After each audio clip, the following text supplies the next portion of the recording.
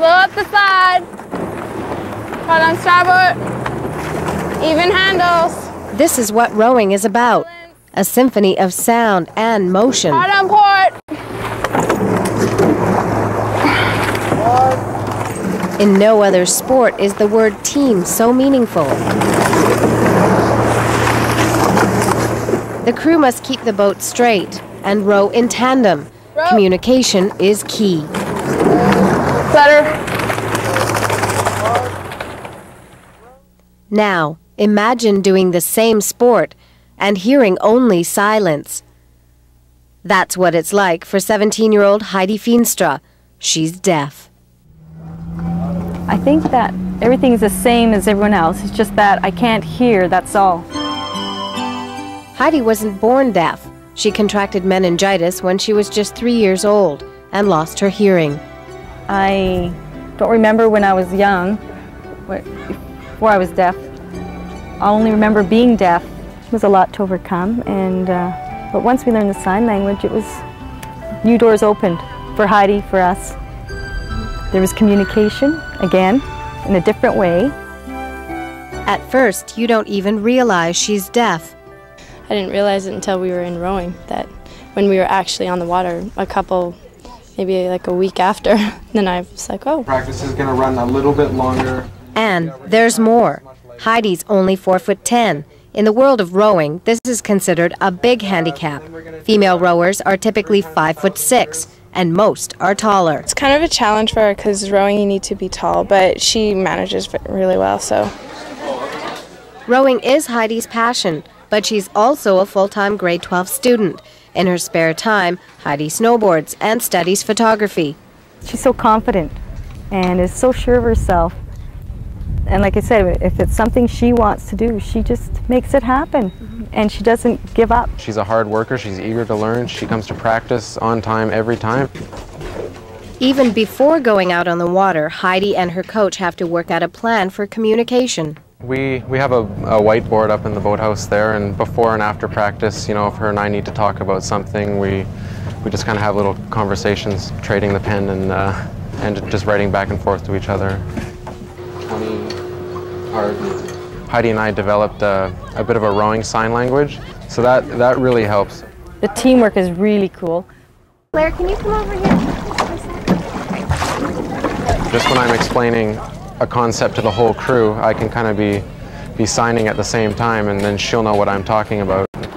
Nina, you're gonna call it? She has to be really focused. She has to count the strokes, and yeah, she has to know what's going on in the boat, and she has to be watching me. It can be a challenging situation, and sometimes there are mistakes. Still, Heidi is determined.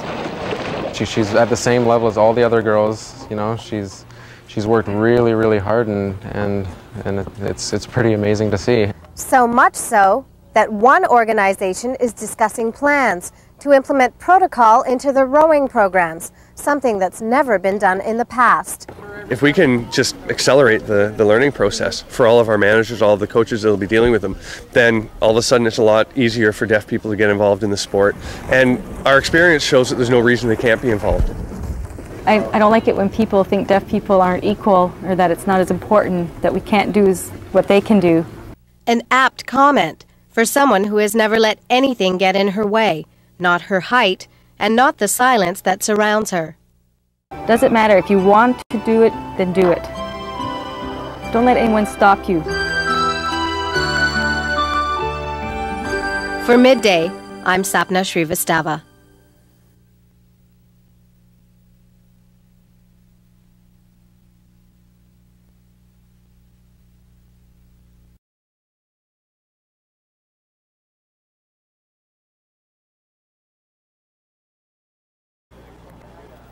This man was apparently drinking on the pier when he fell into the icy water.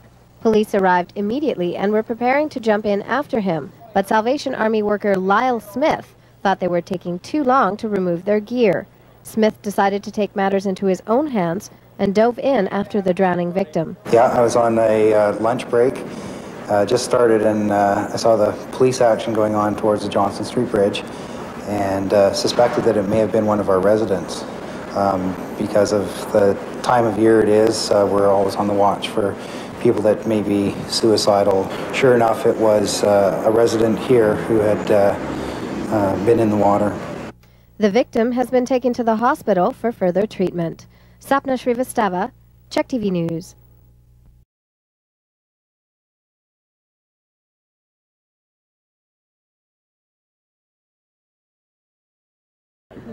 Mom rocks! Yeah, get this one. Are you hungry, dear? You want a sandwich too? This is Ellen Schonsta, and 7 nights a week, come rain or shine, she rolls out of the church on Pine and 7th and tows her trailer full of warmth and nourishment across the Burrard Street Bridge. It's a 40-minute journey, a mission of motherhood. Left with chronic osteoarthritis from a car accident 9 years ago, it takes her many hours to prepare her scooter for the daily trip. She buys supplies with some church donations and with what's left of her disability pension. I take about 25 to 30 loaves of sandwiches out every night. I take ladies' personal care things. I take toothbrushes and toothpaste and socks and